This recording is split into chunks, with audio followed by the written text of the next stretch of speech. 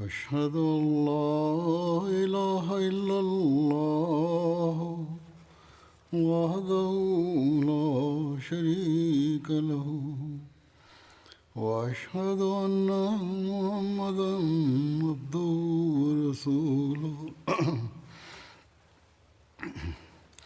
أما بعد فأعوذ بالله من الشيطان الرجيم بسم الله الرحمن الرحيم الحمد لله رب العالمين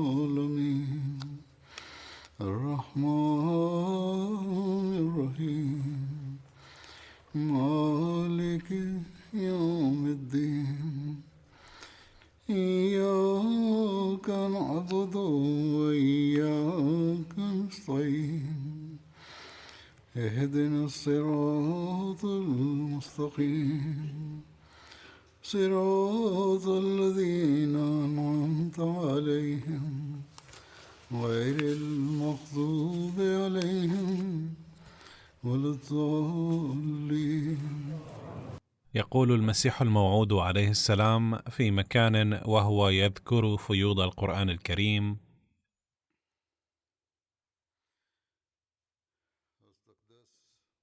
إن باب فيوضه وبركاته مفتوح إلى الأبد، وسيبقى متميزا ومتلألئا في كل الأزمنة كما كان في زمن سيدنا ومولانا محمد صلى الله عليه وسلم.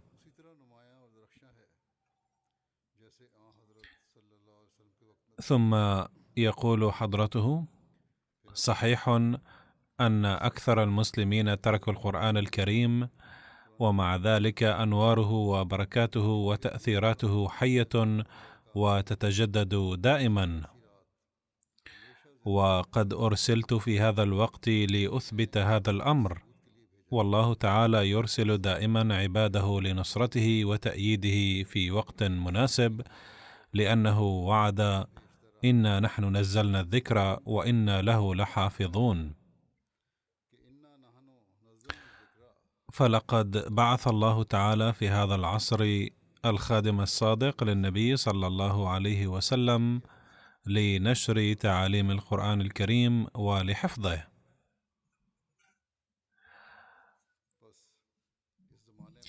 وعلمه تلك المعارف التي كانت خافية عن أعين الناس، وفجر سبحانه وتعالى من خلاله ينبوعا من فيض القرآن الكريم، بل وقد جاء لإقامة حكومة القرآن الكريم في العالم،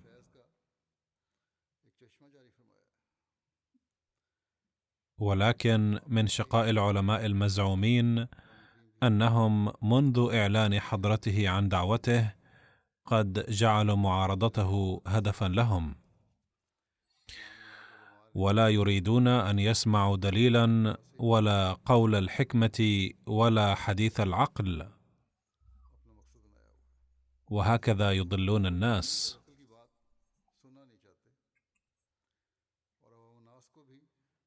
إنهم يجهلون العلوم والمعرفة، ومع ذلك يسعون لوضع العراقيل في طريق من بعثه الله تعالى لهذا الغرض، ويعتبرون عملهم هذا خدمة للقرآن الكريم. إن هؤلاء العلماء يثيرون ضجة بين حين وآخر، وينضم إليهم بعض الساسة والمسؤولين الحكوميين الذين يريدون كسب شهرة رخيصة، ويجعلون الأحمديين بحيل شتى عرضة للظلم. ومنذ فترة وجيزة يحاول هؤلاء مرة أخرى رفع قضايا مفبركة للتحريف في القرآن الكريم والإساءة إليه ضد الأحمديين، وقان الله تعالى من شر هؤلاء، وهيأ سبل الإفراج عن الأحمديين الذين تم اعتقالهم تحت هذه التهمة الباطلة والظالمة. على أي حال، كما قلت بأنه من نور تعليم المسيح الموعود عليه السلام تتجلى علوم القرآن الكريم ومعارفه، وهو عمل تقوم به الجماعة الإسلامية الأحمدية وحدها. وسأتناول اليوم مقتبسات معرفية من أقوال المسيح الموعود عليه السلام وكتبه حول عظمة القرآن الكريم وأهميته ودرجته.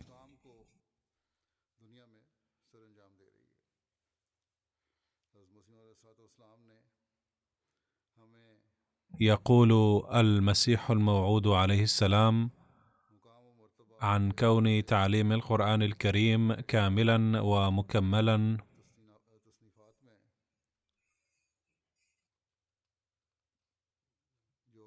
إن مذهبي هو أن القرآن الكريم كامل في تعليمه، ولم تبقى حقيقة خارجه، لأن الله جل شأنه يقول: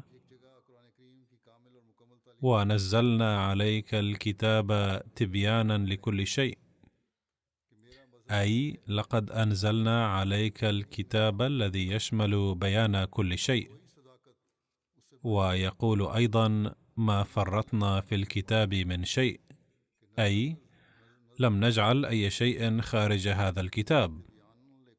ولكن إلى جانب ذلك أعتقد أيضا أنه ليس بوسع كل مجتهد أو شيخ أن يستخرج ويستنبط من القرآن الكريم جميع المسائل الدينية، أو أن يقدر على تفسير صحيح لمجملاته بحسب مشيئة الله. أي لم يعطى كل من هب ودب قدرة على بيان تفصيله وتفسيره والتعمق فيه لاستخراج جواهر العلم والعرفان منه، بل هذه المهمة موكولة إلى الذين نصروا بالوحي الإلهي بصورة نبوة أو ولاية عظمى. فالصراط المستقيم للذين لا يقدرون على استخراج المعارف القرآنية واستنباطها لكونهم غير ملهمين هو أن يقبلوا دون تردد وتوقف ودون التوجه إلى استخراجها واستنباطها من القرآن التعاليم التي وصلتنا بواسطة السنن المتوارثة والمعمول بها. فمن لم يعطوا قدرة وعلما ومعرفة فعليهم الاستفادة بالتفاسير التي قام بها المفسرون القدامى من الصلحاء والمتقين والأئمة السابقين في عصرهم، والعمل بعلوم القرآن الظاهرة بدلا من أن يأتوا بنكات خاطئة. أما الذين نوروا بنور وحي الولاية العظمى ويدخلون في حزب إلا المطهرون فقد جرت سنة الله معهم بلا شك أنه يكشف عليهم بين حين وآخر دقائق القرآن الكامنة، أي أن الله تعالى يكشف على خواص من عباده علوم القرآن الكريم العميقة، ويثبت لهم أن النبي صلى الله عليه وسلم لم يعطي تعليما إضافيا قط. يقول البعض: وماذا عن الحديث؟ قال عنه حضرته بأن الله تعالى عندما يعطي أحدا علم القرآن ومعرفته فبذلك يثبت له أن النبي صلى الله عليه وسلم لم يقل شيئا ما هو خارج القرآن، بل الأحاديث تتضمن تفصيلا لمجملات القرآن الكريم وإشاراته. فبعد تلقيهم هذه المعرفة ينكشف عليهم إعجاز القرآن الكريم، أي أن الأحاديث تتضمن إشارات توحي إلى تفسير بعض الآيات القرآنية وتفصيلها، وبها تنكشف مواضيع القرآن وتتجلى أكثر، ويتبين لهم صدق آياته البينات، كما يقول الله جل شأنه بأنه لا يوجد شيء خارجه.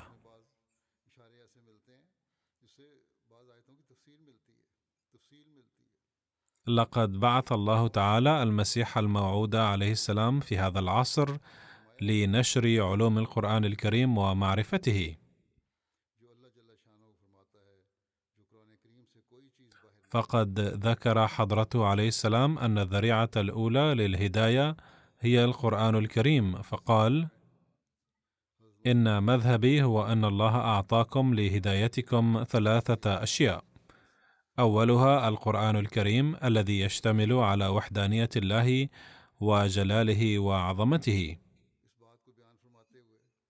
ويتضمن القرارات الفاصلة فيما اختلف فيه اليهود والنصارى،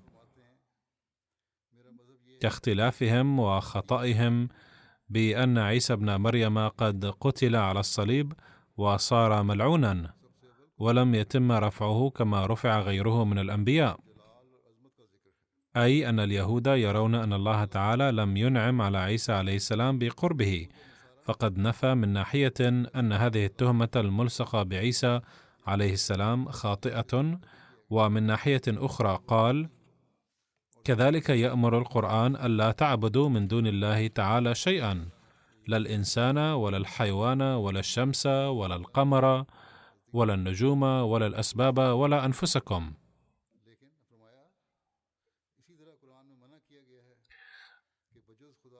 لقد نهى الله تعالى في القرآن الكريم من كل أنواع الشرك، ونصح بذلك بكل وضوح وجلاء. لذلك فكونوا حذرين ولا تخطوا خطوة واحدة خلاف تعليم الله وهدي القرآن. أقول والحق أقول لكم: إن من يعرض عن أصغر أمر من أوامر القرآن 700 فإنه بيده يسد على نفسه باب النجاة. إن القرآن قد فتح سبل النجاة الحقيقية والكاملة، أما ما سواه فليس إلا ظلا له. لذلك فاقرأوا القرآن بتدبر وأحبوه حبا جما، حبا ما أحببتموه أحدا، لأن الله تعالى قد خاطبني بقوله: الخير كله في القرآن، ووالله إن هذا لهو الحق، فوأسفا على الذين يقدمون عليه غيره. إن مصدر فلاحكم ونجاتكم كله في القرآن، وما من حاجة من حاجاتكم الدينية إلا توجد في القرآن، وإن القرآن لهو المصدق أو المكذب لإيمانكم يوم القيامة. ولا يستطيع كتاب غير القرآن تحت أديم السماء أن يهديكم بلا واسطة القرآن. لا بد للهداية الدينية الآن أن تكون بواسطة القرآن الكريم. من كان له هذا التعليم وهذا التفكير ومن كان يوصي بذلك أتباعه أيضا، هل يمكن أن يحرف شيئا من القرآن الكريم والعياذ بالله؟ ليتهم فكروا قليلا عند الاتهام. قال عليه السلام: لقد من الله عليكم منة عظيمة إذ أعطاكم كتابا مثل القرآن. أقول لكم صدقا وحقا إن الكتاب الذي تلي عليكم لو تلي على النصارى لما هلكوا، وإن هذه النعمة والهداية التي أوتيتموها لو أوتيها اليهود مكان التوراة لما كفرت بعض فرقهم بيوم القيامة. فاقدروا هذه النعمة التي أوتيتموها، إنها لنعمة غالية، إنها لثروة عظيمة. لو لم يأتي القرآن لكانت الدنيا كلها كمضغة قذرة. إن القرآن كتاب لا تساوي جميع الهدايات الأخرى إزاءه شيئا. إن روح القدس الذي نزل بالإنجيل ظهر في صورة حمامة. قيل أن جبريل نزل على المسيح في صورة حمامة، وهي حيوان ضعيف تستطيع حتى الهرة اختطافه. لذلك ظل النصارى يتدهورون ويزدادون انحطاطا يوما بعد يوم، حتى لم تبقى فيهم روحانية، لأن مدار إيمانهم كله كان على الحمامة. والآن بحسب الإحصائيات الجديدة معظم المسيحيين ينكرون المسيحية ويتخلون عنها لأنهم لا يجدون فيها الروحانية. وإنه من شقاوة المسلمين أنهم مع وجود القرآن لديهم لا يستفيدون منه والذي أرسله الله تعالى لنشر علم القرآن ومعرفته يكفرون به. قال عليه السلام: أما الروح القدس الذي جاء بالقرآن الكريم فقد تجلى بهيئة عظيمة ملأت بكيانها العالم بأسره من الأرض إلى السماء.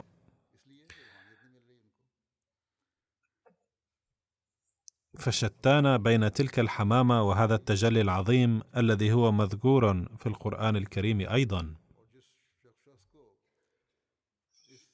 إن القرآن قادر على تطهير الإنسان في أسبوع واحد إن لم يكن هناك إعراض ظاهري أو باطني. إن القرآن قادر على أن يجعلكم مثل الأنبياء شريطة ألا تفروا منه، أي لو عمل الإنسان على تعليم القرآن بشكل كامل والتزم بجميع أحكامه لاصطبغ بصبغة الأنبياء، وهي الدرجة الأخيرة التي يمكن أن ينالها الإنسان ببركة القرآن الكريم. قال عليه السلام: أي كتاب سوى القرآن علم قراءه منذ البداية هذا الدعاء وأراهم بارقة الأمل هذه. أعني قوله تعالى: اهدنا الصراط المستقيم صراط الذين أنعمت عليهم، أي أرشدنا إلى سبيل نعمائك التي أرشدت إليها الأولين من المنعم عليهم من النبيين والرسل والصديقين والشهداء والصالحين. لذلك فارفعوا هممكم ولا تردوا دعوة القرآن، فإنه يريد أن يهبكم النعم التي وهبها للأولين. ثم بين حضرته عليه السلام أن الوسيلة الثانية للهداية بعد القرآن هي السنة النبوية، والوسيلة الثالثة هي الحديث، شريطة ألا يكون منافيا للقرآن والسنة، لأن الأحاديث جمعت بعد فترة طويلة، بل بعد أكثر من 100 عام. ثم قال عليه السلام موصيا بإكرام القرآن الكريم: والذين يكرمون القرآن سيكرمون في السماء. قال عليه السلام في تفصيله: ومن التعاليم الضرورية لكم ألا تتخذوا القرآن مهجورا، فإن فيه حياتكم، إن الذين يكرمون القرآن سيكرمون في السماء، أي لا تتركوا القرآن نهائيا بحيث لا تعملون به وتجعلونه كالمهجور، بل عليكم أن تتلوه بالتزام وتعملوا بأحكامه، لأن الذين يكرمون القرآن سيكرمون في السماء، والذين يؤثرون القرآن على كل حديث وعلى كل قول سيؤثرون في السماء. لا كتاب لبني نوع الإنسان على ظهر البسيطة الآن إلا القرآن، ولا رسول ولا شفيع لبني آدم كلهم إلا محمد المصطفى صلى الله عليه وسلم. فاسعوا جاهدين أن تحبوا هذا النبي ذا الجاه والجلال حبا صادقا، ولا تفضلوا عليه غيره بشكل من الأشكال، لكي تكتبوا في السماء من الناجين. واعلموا أن النجاة ليست بشيء يظهر بعد الموت، إنما النجاة الحقيقية هي تلك التي تري لمعانها في هذه الحياة الدنيا. يكون إيمان الإنسان قويا لدرجة يرى لمعانه في هذه الدنيا ويستعد لمواجهة كل نوع من الاضطهاد، ومثله الحديث ما رأيناه مؤخرا في إخوتنا الشهداء في بوركينا فاسو. قال عليه السلام: ألا من هو الناجي؟ هو ذاك الذي يوقن بأن الله حق، وأن محمدا صلى الله عليه وسلم شفيع الخلق كلهم عند الله، وأن لا مثيل له صلى الله عليه وسلم من رسول، ولا مثيل للقرآن من كتاب تحت أديم السماء، وأن الله تعالى لم يشأ لأحد أن يحيا حياة الخلود إلا أن هذا النبي المصطفى حي خالد إلى أبد الآبدين. رد حضرته عليه السلام هنا على تهمة أخرى تلصق بها، وهي أننا نسيء إلى النبي صلى الله عليه وسلم والعياذ بالله. ثم قال عن كون القرآن الكريم خاتم الكتب. النبي صلى الله عليه وسلم خاتم النبيين، والقرآن الكريم خاتم الكتب، فلا شهادة جديدة بعد الآن، ولا صلاة جديدة، ولا نجاة بترك ما قاله النبي صلى الله عليه وسلم وما فعله أو ما جاء في القرآن الكريم، ومن تركه فمأواه جهنم. هذا ديننا وهذا هو مذهبنا. وإلى جانب ذلك يجب أن يكون معلوما أيضا أن باب مكالمات الله ومخاطباته مفتوح على هذه الأمة. يكلم الله اليوم أيضا ولم يسد هذا الباب، بل هو مفتوح، وهذا الباب يمثل شهادة متجددة ودائمة على صدق القرآن الكريم وصدق النبي صلى الله عليه وسلم. لذا علم الله تعالى في سورة الفاتحة دعاء اهدنا الصراط المستقيم صراط الذين أنعمت عليهم. ففي تعليم الدعاء للحصول على صراط الذين أنعم الله عليهم إشارة إلى الحصول على كمالات الأنبياء عليهم السلام. والمعلوم أن الكمال الذي أعطيه الأنبياء كان كمال معرفة الله تعالى، وقد نالوا هذه النعمة بواسطة المكالمات والمخاطبات الإلهية، فاطلبوا أنتم أيضا الكمال نفسه. فلا تظنوا أن القرآن الكريم يأمر بالدعاء فقط لتحصيل هذه النعمة ولكن لا ثمار له، أو أنه ليس لأحد من الأمة أن ينال هذا الشرف، وهذا الباب مغلق إلى يوم القيامة. من جهة تدعون بهذا الدعاء، والله يأمر بأن تدعوا جميعكم لنيل مرتبة المنعم عليهم، ولكن الغريب أن المسلمين بالرغم من ذلك يقولون بأنه لا يمكن أن ينال أحد من الأمة هذه الدرجة، ناهيك أن ينالها الكثيرون، ويرون أن هذا الباب مغلق إلى يوم القيامة. قولوا بالله عليكم، هل تثبت هذه الفكرة أية مزية للإسلام والنبي صلى الله عليه وسلم، أم تسبب إهانة لهما؟ إنكم تتهموننا، والآن أخبرونا من يرتكب الإساءة، نحن أم أنتم؟ إذ تغلقون باب النعم مع أن الله تعالى قد علم هذا الدعاء لنيلها. قال عليه السلام: أقول صدقا وحقا إن الذي يعتنق هذا الاعتقاد يسيء إلى الإسلام ولم يفهم مغزى الشريعة قط. الإسلام لا يهدف إلى أن يقر الإنسان بوحدانية الله باللسان فقط، بل عليه أن يدرك حقيقتها، وألا يكون إيمانه بالجنة والنار نظريا فقط، بل يجب أن يطلع فعلا على كيفية الجنة في هذه الحياة، أي بسبب الحسنات تصبح هذه الحياة أيضا جنة، ويتخلص من الذنوب التي يرتكبها الهمجيون. لقد كان هذا ولا يزال الهدف الأعظم للإسلام، وهو الهدف المقدس والمطهر الذي لا يسع قوما أن يأتوا بنظيره من دينهم، ولا يستطيعون أن يقدموا نموذجا له. يمكن أن يدعي المرء بلسانه ما يحلو له، ولكن هل من أحد يقدر على إراءة هذا النموذج عمليا؟ إذن المؤمنون بالمسيح الموعود عليه السلام بحاجة ماسة إلى الوصول إلى هذا المستوى وإلى اطلاع العالم عليه، ولا سيما لإطلاع الذين يكفروننا على أن الأحمديين لا يروون قصصا قديمة فقط، بل يوقنون اليوم أيضا بأفضال نازلة على كتاب حي ورسول حي، ويؤمنون أيضا بأن الله تعالى يتكلم اليوم أيضا. ثم يقول المسيح الموعود عليه السلام: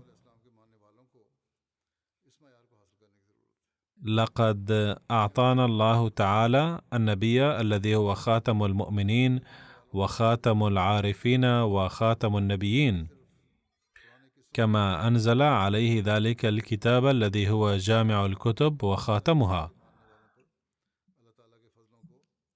لقد كان النبي صلى الله عليه وسلم خاتم النبيين، وقد ختمت به النبوة، ولكنها لم تختم كما يقضى على أحد بخنقه، فمثل هذا الخاتم ليس مدعاة للفخر، وإنما المراد من ختم نبوة رسول الله صلى الله عليه وسلم أن كمالات النبوة قد ختمت عليه طبعا. أعني أن شتى الكمالات التي أعطيها الأنبياء من آدم إلى المسيح ابن مريم منفردين قد جمعت كلها في نبينا، وهكذا صار خاتم النبيين طبعا. كذلك إن كل التعاليم والوصايا والمعارف التي وردت في شتى الكتب قد ختمت على القرآن الكريم فصار خاتم الكتب. ثم يقول إن كلمة خاتم النبيين التي أطلقت على رسول الله صلى الله عليه وسلم تقتضي ذلك بحد ذاتها، ومن مقتضى هذه الكلمة بالطبع أن يكون الكتاب الذي نزل عليه صلى الله عليه وسلم خاتم الكتب، وأن توجد فيه كافة أنواع الكمالات التي هي موجودة فيه في الحقيقة.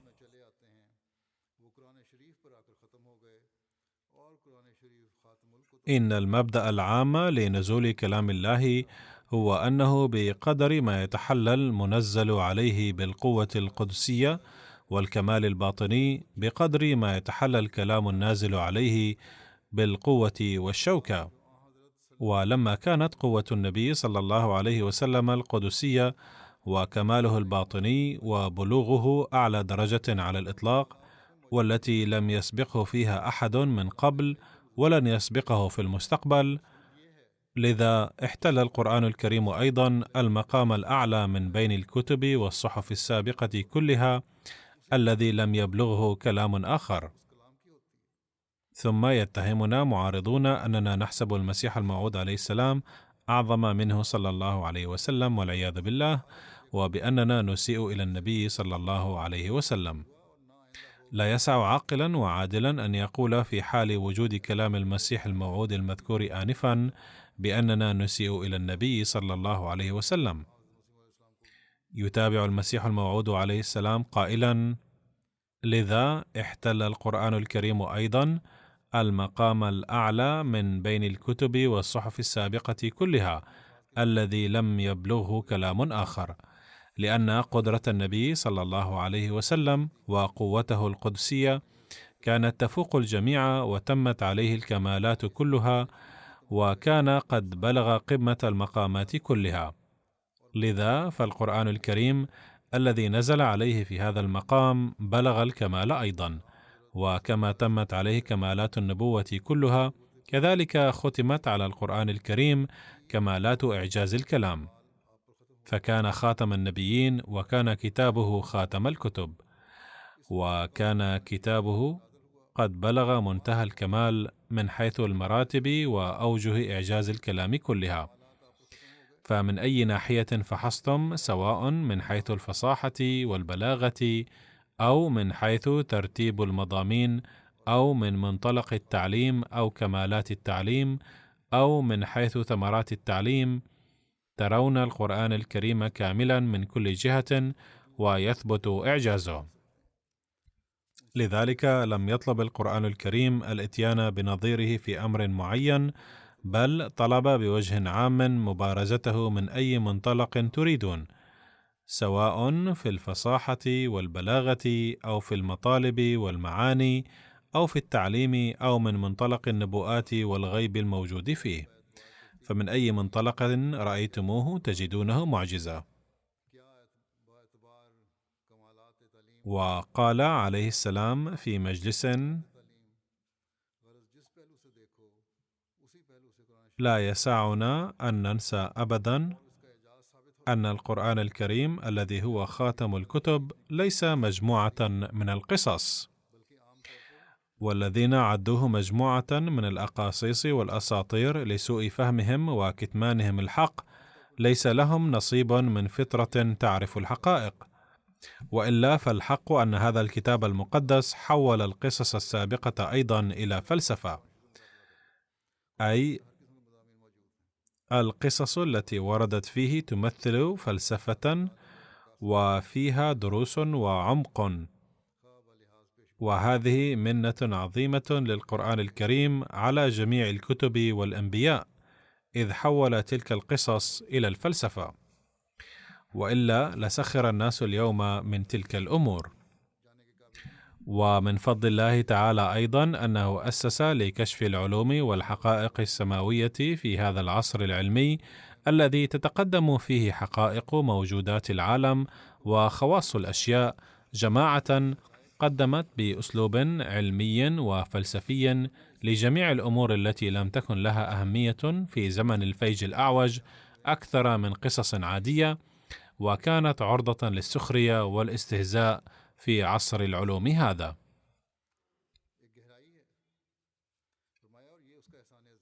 فترى أنه يوجد هنا بارعون كبار في العلوم المختلفة، ويتقدم العالم في علوم أخرى أيضا، وتجري بحوث أخرى كثيرة.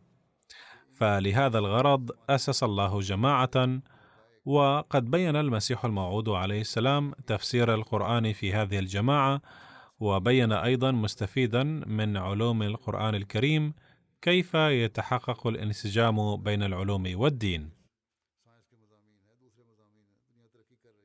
فقال عليه السلام: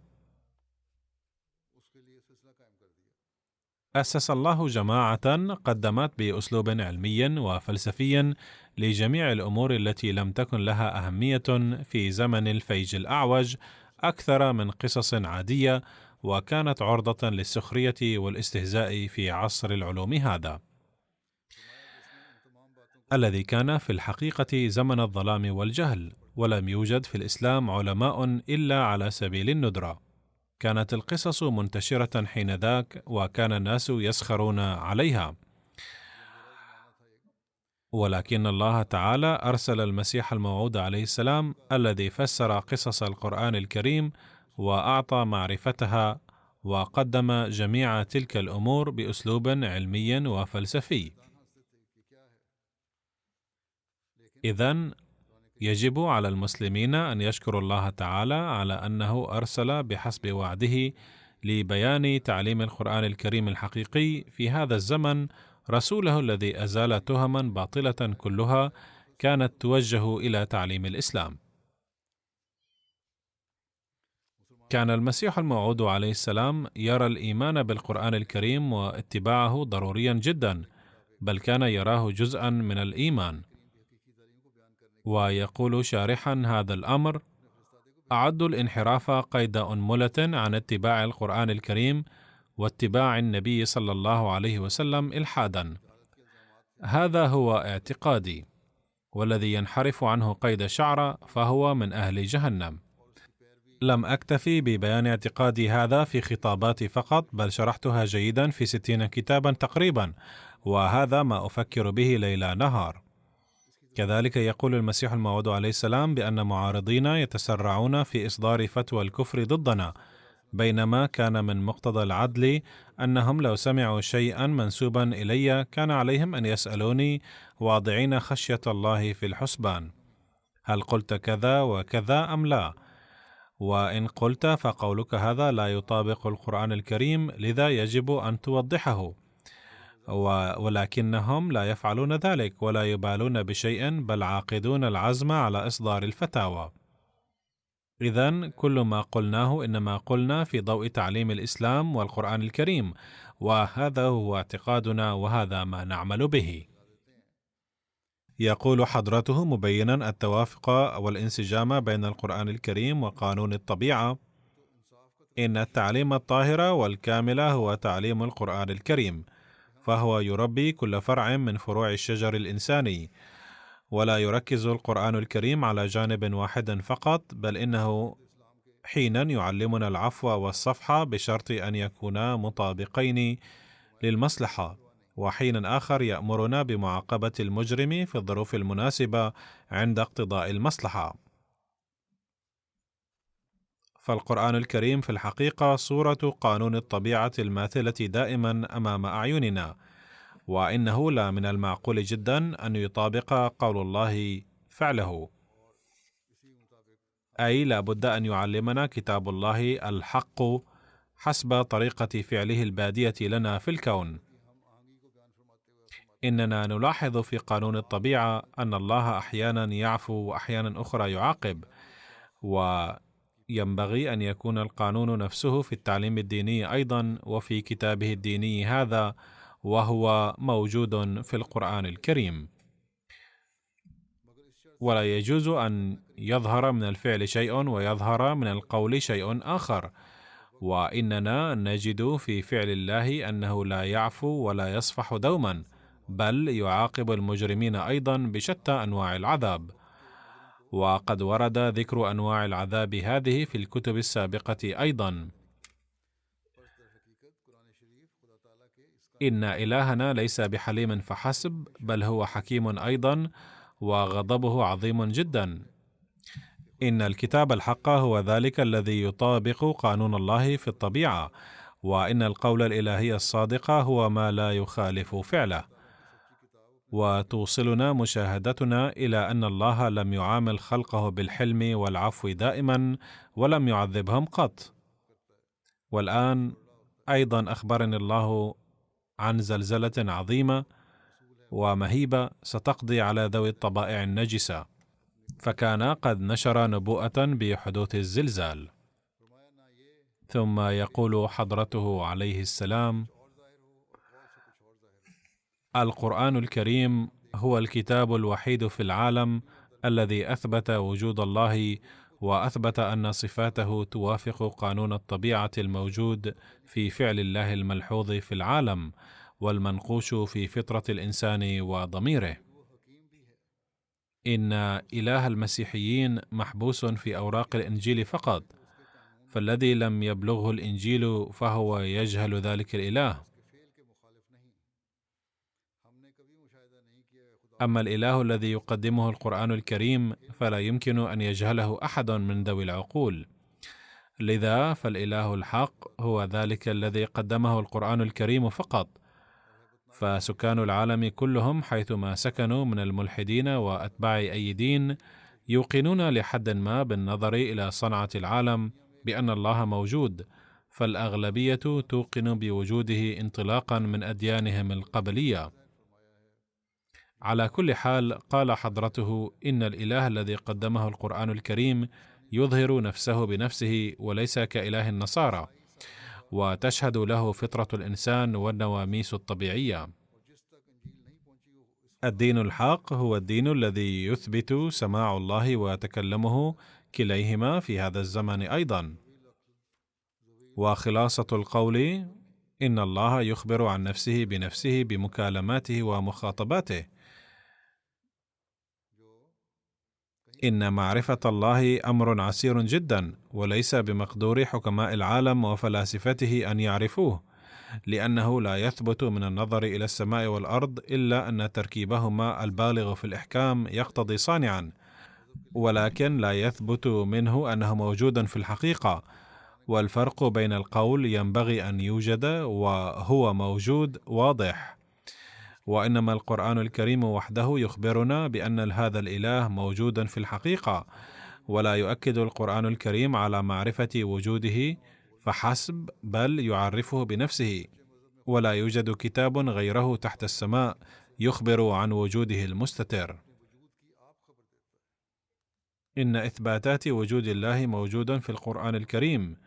يقول حضرته في بيان أفضلية القرآن الكريم على الإنجيل وسائر الكتب الدينية: إن القرآن الكريم معجزة كاملة وحية، وإن معجزة الكلام لا تبلى في أي زمن من الأزمان ولا تطالها يد الفناء. إذا أردنا أن نرى علامات معجزات موسى اليوم فأين نجدها؟ هل يملك اليهود تلك العصا اليوم؟ وهل فيها القدرة على التحول إلى ثعبان؟ وهلم جرة. باختصار، فإن المعجزات التي صدرت من الأنبياء جميعا انقطعت مع وفاتهم، ولكن معجزات نبينا الأكرم متجددة وحية في كل حين وكل زمان. إن كونها حية وعدم وصول يد الموت إليها ليشهد بكل جلاء أن النبي وحده نبي حي، والحياة التي أعطيها هي الحياة الحقيقية، ولم يعطها نبي غيره. إن تعليمه حي لأن ثماره وبركاته لا تزال موجودة كما كانت قبل 1300 عام، ولا نجد الآن تعليما آخر يمكن لمن يعمل به أن يدعي أنه أعطي نصيبا من ثماره وبركاته وصار آية من آيات الله.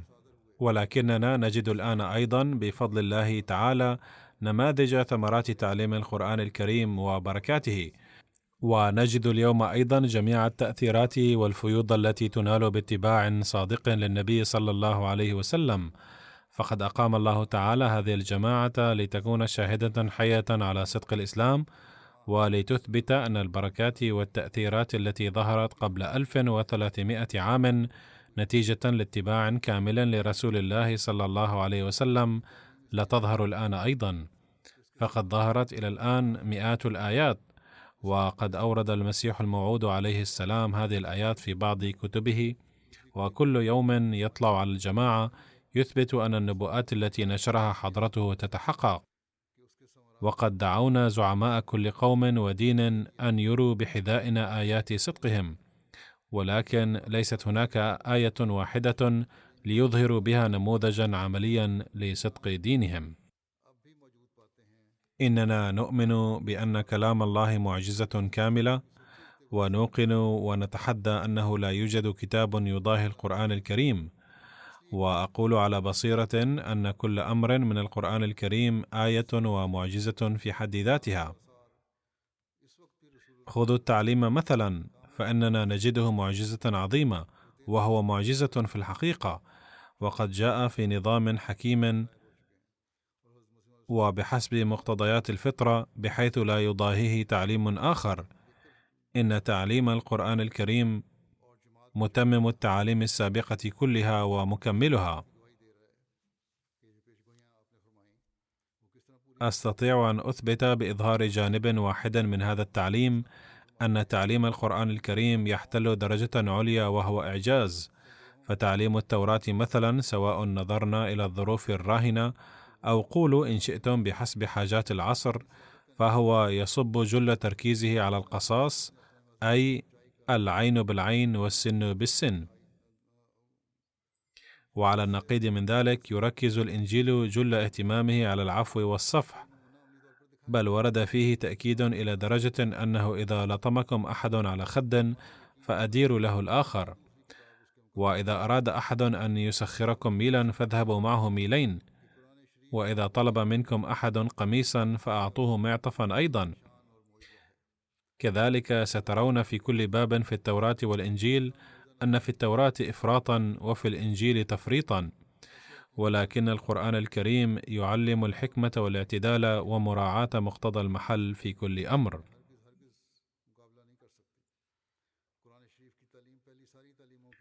إذا رأيتم تعليم القرآن الكريم في أي مجال وجدتموه يأمر بمراعاة المحل ومقتضى الحال.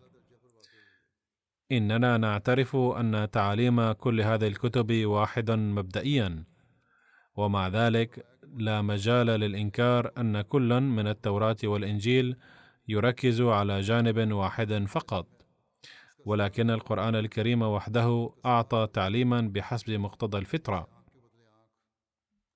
من الخطأ القول بأن في تعليم التوراة إفراطا، لذا فهو ليس من عند الله تعالى. الحق أن تعليم التوراة أيضا من عند الله تعالى، وكان مفيدا بحسب حاجات ذلك العصر. الواقع أن هذا التعليم المعتدل الوسطي الذي نزل في القرآن لم يكن صالحا في ذلك الوقت، بل كان ذلك الزمن يقتضي تعليم الشدة كما هو في التوراة، وكان ذلك التعليم التوراتي أيضا من عند الله تعالى. لما كانت التوراة والإنجيل قانونا خاصا بمكان معين، فلم تهتم تعاليمهما بجوانب أخرى. أما القرآن الكريم فكان للعالم كله ولبني البشر أجمعين، فكان تعليمه موافقا للمقتضيات السليمة للفطرة البشرية، وهذه هي الحكمة، لأن الحكمة تعني وضع الشيء في محله، وهذه الحكمة قد علمها القرآن الكريم وحده. أما التوراة فتركز على قسوة غير مبررة كما قلت آنفا، وتزيد قوة الانتقام. وعلى النقيض فإن تعليم الإنجيل يشدد على العفو الذي لا طائل منه، فترك القرآن كليهما جانبا وآتى التعليم الحقيقي فقال: جزاء سيئة سيئة مثلها، فمن عفا وأصلح فأجره على الله. لقد أثبت المسيح الموعود عليه السلام فضل القرآن الكريم على الأديان الأخرى كلها بهذه الشجاعة والآيات. كان الإنجليز عندها يحكمون البلاد، وكانت الكنيسة قوية، مع ذلك تحدى عليه السلام الخصوص تحديا عاما فيما يتعلق بفضل القرآن الكريم غير خائف لومة لائم، لأنه كان مبعوثا من عند الله تعالى، وأرسله الله خادما بارا لرسول الله لكي ينشر تعاليم دينه. وهذا ما نراه في أدبياته عليه السلام ووصاياه، وهذا هو ما تنشره الجماعة الأحمدية أيضا اليوم، ومع ذلك يتهمون بأن الأحمديين يحرفون القرآن الكريم ويسيئون إليه.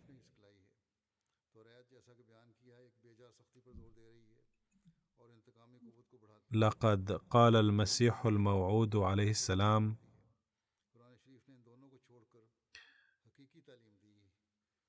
وهو يبين ضرورة القرآن الكريم وأهميته: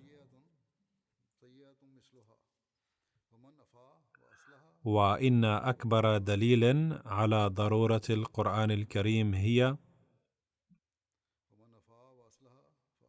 أن كل الكتب السابقة بدءا من التوراة، كتاب موسى حتى الإنجيل، كانت تخاطب أمة معينة وهي بني إسرائيل، وأقرت في كلمات صريحة واضحة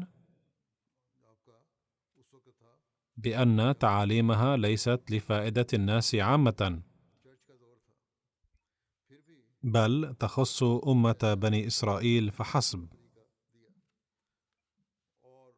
ولكن القرآن الكريم توخى إصلاح العالم كله، ولم يوجه خطابه إلى أمة بعينها، بل أعلن بكلمات صريحة أنه نزل للناس كافة بهدف إصلاح الجميع.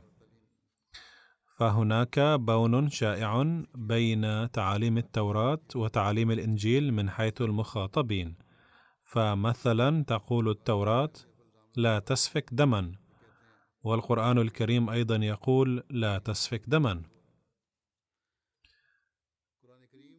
ويظهر في بادئ الرأي أن القرآن الكريم أعاد نفس الحكم الذي قد سبق أن جاء في التوراة، ولكن الواقع أن الحكم القرآني ليس إعادة لنفس الحكم التوراتي، بل الحق أن حكم التوراة كان خاصا ببني إسرائيل فقط، وقد نهى عن سفك الدماء في بني إسرائيل فحسب.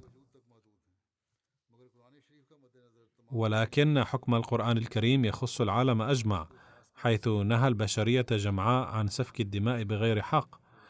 وبالمثل إن جميع أحكام القرآن الكريم إنما هدفها الأساسي إصلاح الخلائق كلهم، بينما هدف التوراة محدود في إصلاح بني إسرائيل فحسب. ثم قال المسيح الموعود عليه السلام: من الخطأ تماما قول القصص ما هو الجديد الذي جاء به القرآن فيما يتعلق بالتوحيد أو غيره من الأحكام مما لم يكن موجودا في التوراة. سينخدع الجاهل بسبب هذا القول بالنظر إلى التوراة ويقول: إن تعليم التوحيد موجود في التوراة أيضا، كما أنها تذكر أحكام العبادة وحقوق العباد أيضا. فما هو الجديد الذي بينه القرآن الكريم؟ ولكن هذه الخدعة لن تنطلي إلا على الذي لم يتدبر كلام الله قط. فليكن واضحا أن هناك جزءا كبيرا من الإلهيات لا يوجد له أي أثر في التوراة.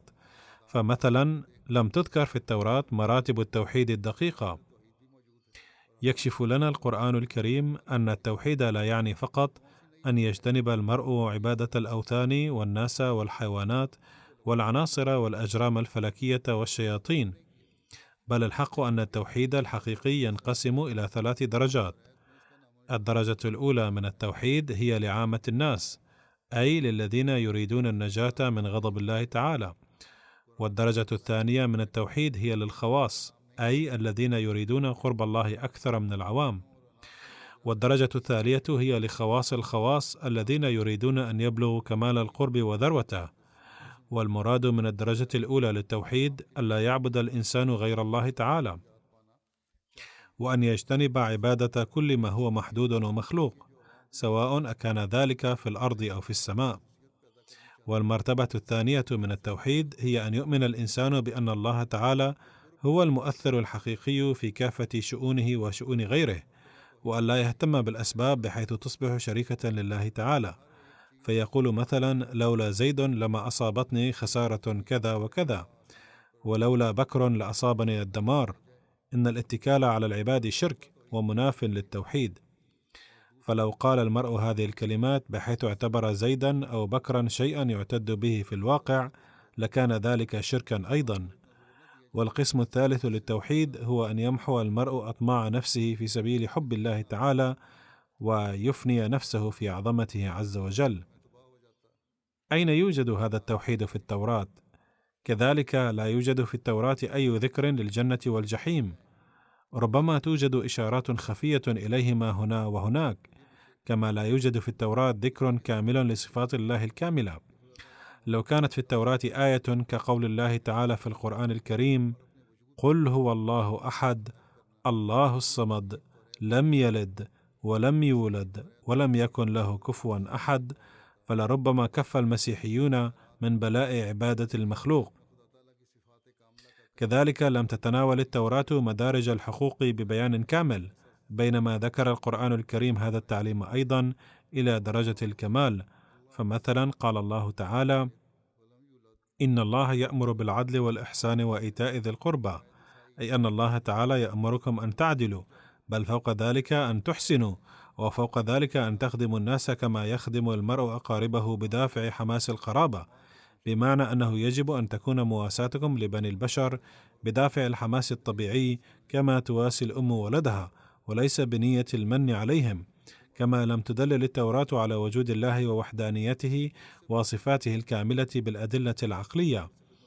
أما القرآن الكريم فقد أثبت بالأدلة العقلية كل هذه العقائد، وأيضا ضرورة الإلهام والنبوة، وبين كل بحث بأسلوب فلسفي، وجعله سهل الفهم على طلاب الحق. وتوجد كل هذه الأدلة في القرآن الكريم على وجه الكمال، بحيث لا يسع أحدا أن يأتي على وجود الله بدليل لا يوجد في القرآن الكريم مسبقا. وبالإضافة إلى ذلك فهناك دليل قوي آخر على ضرورة القرآن الكريم، وهو أن جميع الكتب السابقة بدءا من توراة موسى إلى الإنجيل تخاطب أمة معينة، أي بني إسرائيل فقط، وتقول بكلمات صريحة وواضحة إن تعاليمها ليست لفائدة الناس عامة، بل هي مختصة ببني إسرائيل فقط. ولكن القرآن الكريم يهدف إلى إصلاح العالم كله، ولا يخاطب قوما معينا، بل يعلن بوضوح تام أنه قد نزل للناس كافة ويهدف إلى إصلاح الجميع. لا تزال هناك أقوال أخرى فيما يتعلق بفضائل القرآن ومكانته وفضله، وسوف أبينها فيما بعد إن شاء الله تعالى.